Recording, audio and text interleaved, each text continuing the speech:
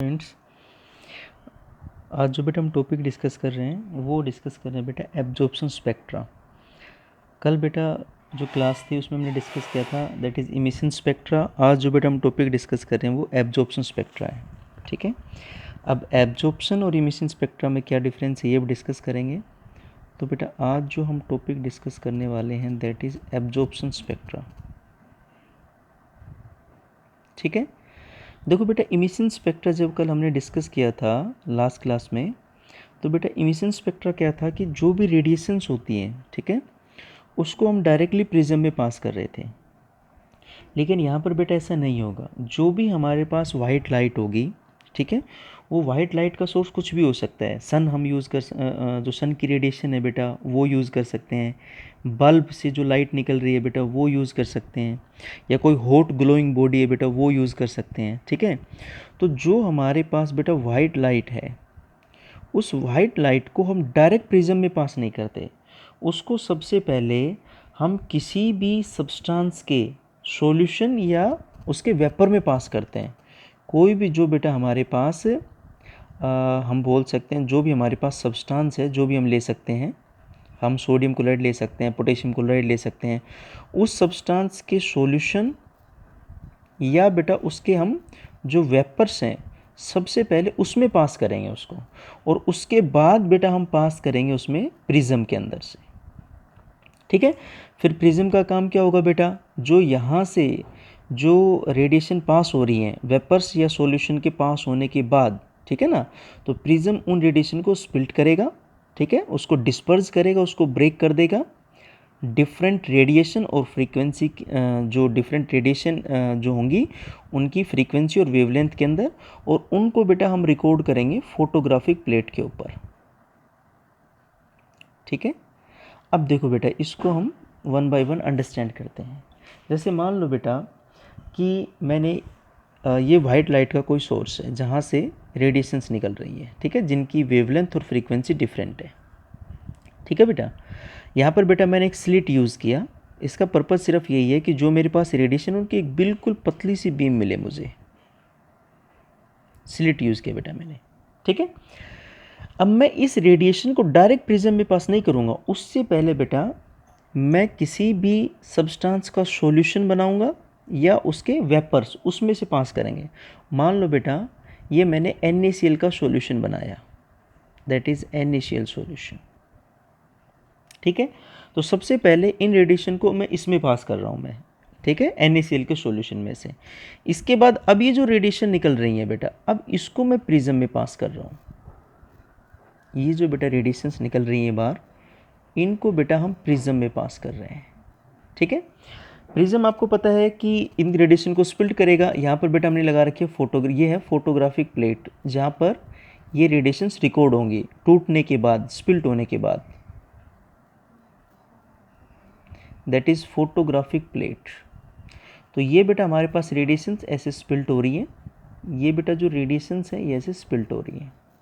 ठीक है, तो बेटा हम ऑब्जर्व करते हैं कि जब हमने NaCl का यूज़ किया, ठीक है ना, तो अगर हम इसको देखें तो हमें कुछ ऐसा मिलता है इन रेडिएशन का बेटा, जब हम यहाँ पर रिकॉर्ड करते हैं, ठीक है, कि ये हमें जो अलग अलग कलर की जो रेडिएशंस हैं, ठीक है ना, जिनकी वेवलेंथ और फ्रीक्वेंसी डिफरेंट है, ठीक है बेटा, तो हमें कुछ ऐसे मिलेंगे बेटा। हम कुछ ऐसे स्लॉट बना लेते हैं, जैसे मान लो वोयलेट हो गया, इंडिगो, ब्लू, ग्रीन।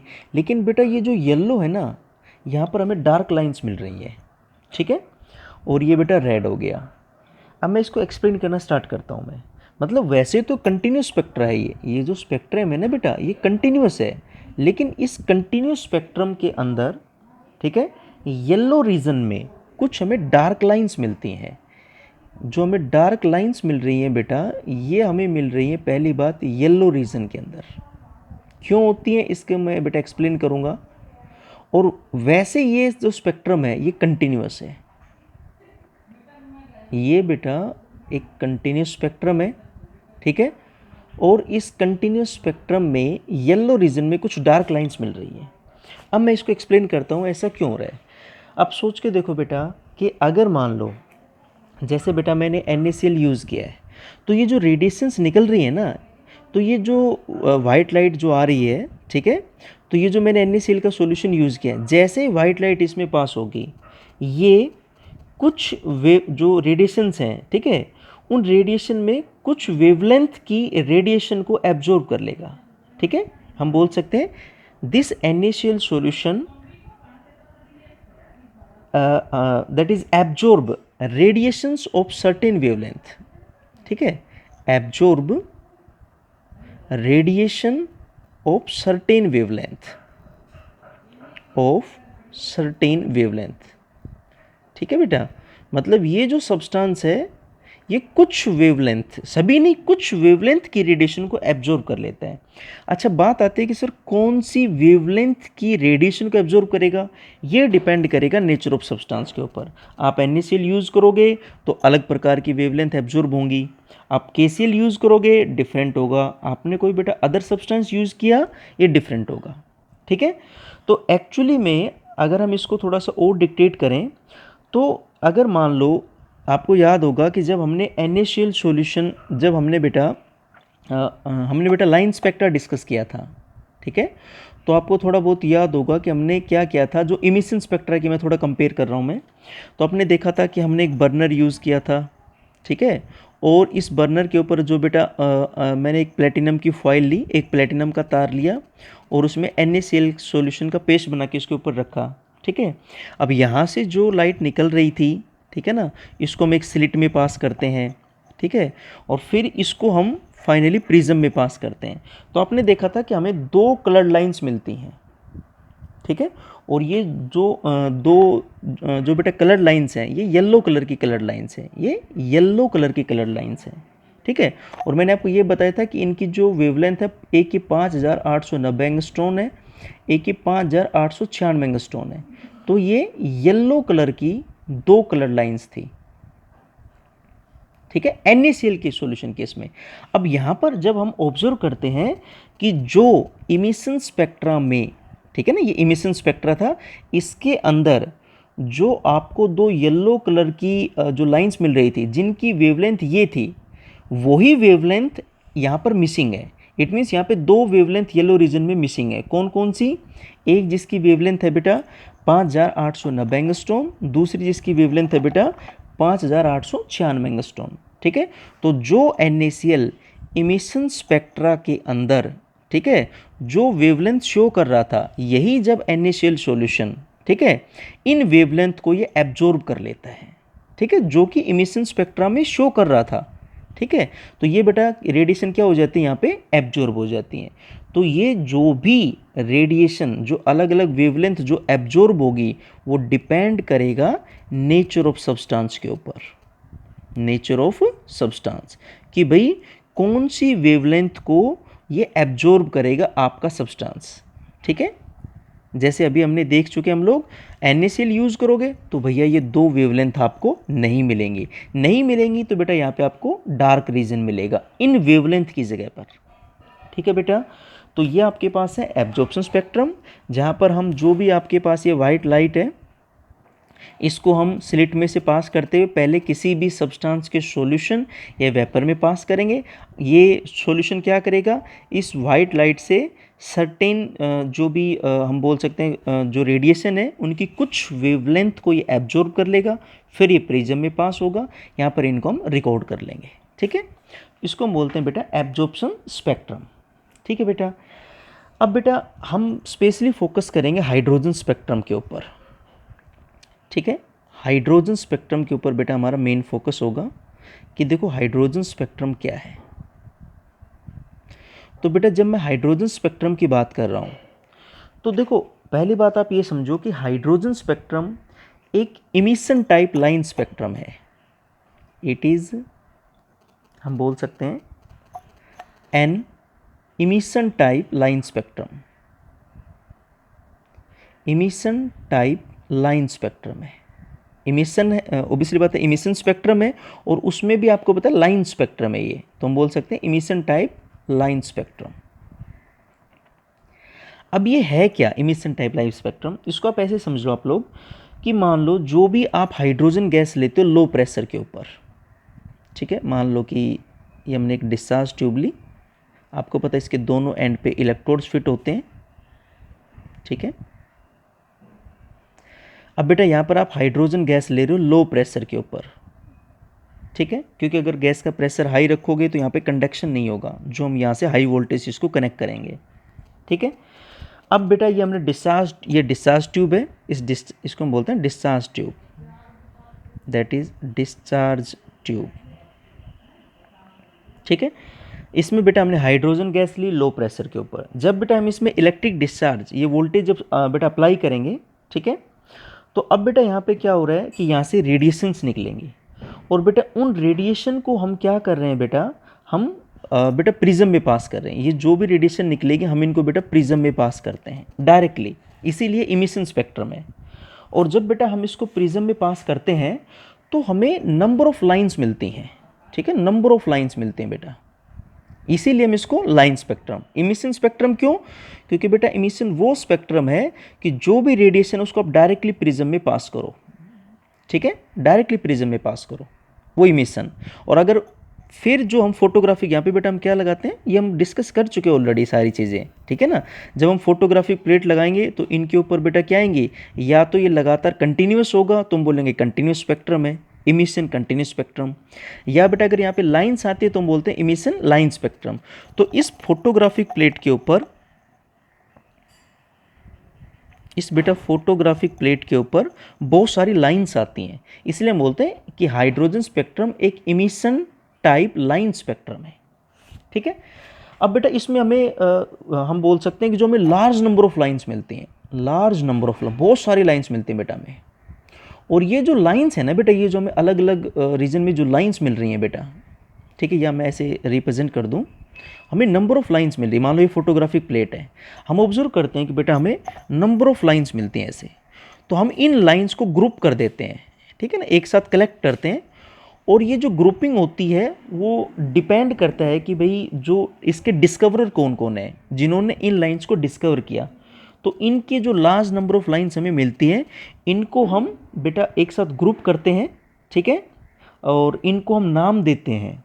डिपेंड करता है कि भाई कौन से साइंटिस्ट ने इनको डिस्कवर्ड किया, तो इनको हम एक सीरीज बना देते हैं बेटा, ठीक है। तो जैसे ये जो हमारे पास लाइंस हैं, इनको हमने ग्रुपिंग किया, इनको हमने बोला Lyman series, Lyman series, because Lyman ने इसको डिस्कवर किया था। नेक्स्ट बेटा जो ये लाइंस की ग्रुपिंग हो रही है, इसको हम बोलेंगे बाल्मर सीरीज। नेक्स्ट को बेटा हम बोलेंगे that is Paschen series. Next को हम बोलेंगे बेटा ब्रैकेट सीरीज। नेक्स्ट को बोलेंगे बेटा हम दैट इज पफंड सीरीज। नेक्स्ट को हम बोलेंगे हम्फ्रे सीरीज। कहने का मतलब बेटा ये हो गया, और सीरीज मिलेगी हमें, ठीक है ना, दैट इज हम्फ्रे सीरीज। मतलब ये हो गया कि जो हमें नंबर ऑफ लाइंस मिलती है इनके हम ग्रुपिंग करते हैं। ग्रुपिंग डिपेंड करते हैं भाई कौन से साइंटिस्ट ने इसको डिस्कवर किया था, तो इनको उसी साइंटिस्ट के नेम के बेसिस पे बेटा हम लोग ग्रुपिंग कर देते हैं, एक लाइमन, एक बाल्मर, पास्चन, ब्रैकेट, पफन। अगर हम इनकी एनर्जी की जब हम बात करते हैं बेटा, आगे हम डिस्कस करेंगे, तो इनकी एनर्जी के अकॉर्डिंग हम इनको अलग अलग रीजन में डाल देते हैं, ठीक है, इनकी फ्रीक्वेंसी के अकॉर्डिंग। तो जैसे लाइमन जो सीरीज है ये मिलेगा आपको यूवी रीजन में, अल्ट्रावोलेट रीजन के अंदर। बाल्मर जो बेटा सीरीज है ये मिलेगा बेटा आपको विजिबल रीजन में। जो पास्चन, ब्रैकेट, पफंड है ये बेटा आपको मिलेगा इंफ्रारेड रीजन में, IR रीजन में। और जो बेटा हम्फ्रे सीरीज है ये मिलेगा आपको फार इंफ्रारेड रीजन में, ठीक है। एक्चुअली में ये जो हमें लाइंस मिलती है ना बेटा, इन लाइंस की, हर लाइन की एक पर्टिकुलर वेवलेंथ है, ठीक है। जितने भी हमें लाइंस मिलती हैं इनकी बेटा क्या है, जैसे हमें जो भी लाइंस मिल रही हैं, हर लाइन की एक पर्टिकुलर वेवलेंथ है, एक पर्टिकुलर फ्रीक्वेंसी है, ठीक है। तो उसके अकॉर्डिंग हम इनकी एनर्जी डिसाइड करते हैं और इनको अलग अलग जो रीजन है इसमें इसको डिवाइड कर देते हैं। अच्छा, इन लाइंस की कितनी एनर्जी है इसको कैलकुलेट करने के लिए बेटा रिडबर्ग ने वेवलेंथ कितनी है, इन लाइंस की जो वेवलेंथ हो कितनी है, तो इनकी वेवलेंथ कैलकुलेट करने के लिए, ठीक है, for the calculation of wavelength of these lines, Rydberg ने एक बेटा फॉर्मूला दिया जिसको हम बोलते हैं रिडबर्ग फॉर्मूला। और उसकी हेल्प से हम किसी भी लाइन की जो वेवलेंथ है उसको हम कैलकुलेट कर सकते हैं, ठीक है बेटा। तो अगर हम बात करें बेटा, इसमें हम बात करेंगे रिडबर्ग फॉर्मूला की, दैट इज रिडबर्ग फॉर्मूला। तो बेटा रिडबर्ग फॉर्मूला क्या था? रिडबर्ग साइंटिस्ट ने एक सिंपल थ्योरेटिकल इक्वेशन दिया जिसकी हेल्प से हम कैलकुलेट कर सकते थे, ठीक है बेटा, क्या कैलकुलेट कर सकते हैं? वेवलेंथ ऑफ दीज लाइंस, ये जो लाइंस हैं इनकी वेवलेंथ कितनी है, that is wavelength of these lines. ठीक है बेटा, इसकी हेल्प से हम कैलकुलेट कर सकते हैं। ये बेटा जिसको हम रिडबर्ग फॉर्मूला की बात करें, ये बेटा आपके पास क्या है? दैट इज 1 बाई लैम्डा आपके पास वेवलेंथ है, that is R 1/n1 square minus 1/n2 square. ठीक है। अच्छा 1 बाई लैम्डा है, ओबियसली बात है, एक वेव नंबर होता है। वेव नंबर क्या होता है? Reciprocal of wavelength. तो 1 बाई लैम्डा को बेटा मैं न्यू बार भी लिख सकता हूँ। न्यू बार आपके पास क्या है? वेव नंबर, जो कि वेवलेंथ का रेसिप्रोकल है। ठीक है। तो ये हम बात करें हाइड्रोजन के लिए। लेकिन अगर मान लो कोई हाइड्रोजन लाइक पार्टिकल है, ये हाइड्रोजन के लिए है, ठीक है, जहां पर आपके पास इलेक्ट्रॉन कितना आपके पास है? दैट इज 1 है, जिसको हम बोलते हैं सिंगल इलेक्ट्रॉन स्पीसीज। ठीक है। लेकिन अगर मैं बात करता हूं कि मान लो कोई हाइड्रोजन लाइक पार्टिकल है, हाइड्रोजन लाइक पार्टिकल, बेटा हाइड्रोजन लाइक पार्टिकल का मतलब यही है कि भाई उसके अंदर भी एक इलेक्ट्रॉन है। जैसे बेटा हीलियम आयन की मैं बात करूं, तो हीलियम का बेटा एटॉमिक नंबर 2 है, तो कॉन्फ़िगरेशन तो 1s2 हो जाएगी। लेकिन जब हीलियम पॉजिटिव बनेगा तो सिंपल सी बात है बेटा, एक इलेक्ट्रॉन इसको लॉस करना पड़ेगा। ठीक है ना, जब हीलियम से हीलियम पॉजिटिव बनेगा तो एक इलेक्ट्रॉन लॉस करेगा। तो हीलियम की कॉन्फ़िगरेशन तो 1s2 है, लेकिन हीलियम पॉजिटिव की कितनी हो जाएगी? 1s1। इसी तरह बेटा मेरे पास लिथियम आयन है, Li2 पॉजिटिव आयन। तो Li2 पॉजिटिव, लिथियम का एटॉमिक नंबर बेटा कितना है? 3 है। तो ये जो लिथियम है, अगर इसका एटॉमिक नंबर 3 है, तो बेटा जब ये 2 इलेक्ट्रॉन को लूज करेगा बेटा, तो 2 पॉजिटिव चार्ज आएगा। तो बेटा अब इसके पास इलेक्ट्रॉन कितना है? 1। तो हाइड्रोजन लाइक पार्टिकल का मतलब वो आयन जिसके पास एक इलेक्ट्रॉन है। तो ऑब्वियसली बात है, हीलियम पॉजिटिव आयन के पास भी एक इलेक्ट्रॉन है, लिथियम 2 पॉजिटिव के पास भी बेटा आपके पास कितने इलेक्ट्रॉन है? दैट इज 1 इलेक्ट्रॉन है। तो ये सभी हाइड्रोजन लाइक पार्टिकल है। तो अगर इन केस में अगर हम स्पेक्ट्रम बेटा अगर स्पेक्ट्रम फाइंड आउट करते हैं, तो उसकी वेवलेंथ के लिए बेटा हमें, अगर उसकी वेवलेंथ कैलकुलेट करेंगे, क्योंकि लाइंस तो हमें मिलेंगी, तो यहाँ पर हम जेड से मल्टीप्लाई कर देंगे। ठीक है। तो अगर हम हाइड्रोजन लाइक पार्टिकल्स के लिए बेटा फॉर्मूला करें, तो new bar that is 1 by lambda that is are Z square. ठीक है। आपको पता है हाइड्रोजन के लिए जेड की वैल्यू एटॉमिक, जेड है आपके पास एटॉमिक नंबर है, जेड बेटा आपके पास एटॉमिक नंबर है। और हाइड्रोजन के केस में जेड की वैल्यू कितनी है? 1। तो 1 का स्क्वायर करोगे तो 1 ही आएगा। ठीक है, इसलिए आर आ गया केवल यहाँ पर, that is 1/n1 square minus 1/n2 square. ठीक है। तो हाइड्रोजन लाइक पार्टिकल के लिए अगर बेटा हमें वेवलेंथ कैलकुलेट करनी है, तो हम ये फॉर्मूला अप्लाई करेंगे हम लोग। ठीक है। अब बेटा बात आती है कि देखो ये n1 क्या है, ये n2 क्या है। ठीक है। तो इसके बारे में हम बेटा अब जानते हैं कि n1 हम कब यूज़ करेंगे, n2 हम कब यूज़ करेंगे। तो बेसिकली बेटा हम यहाँ पर बात करेंगे अब हाइड्रोजन स्पेक्ट्रम की। तो देखो ध्यान से बेटा, इसका मैं जो स्पेक्ट्रा है वो डिस्कस करता हूँ। ठीक है।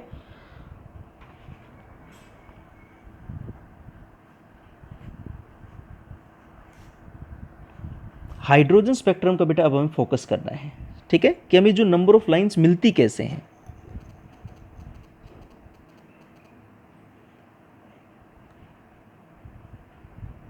इसको हम डिटेल एक्सप्लेनेशन करेंगे बेटा अब।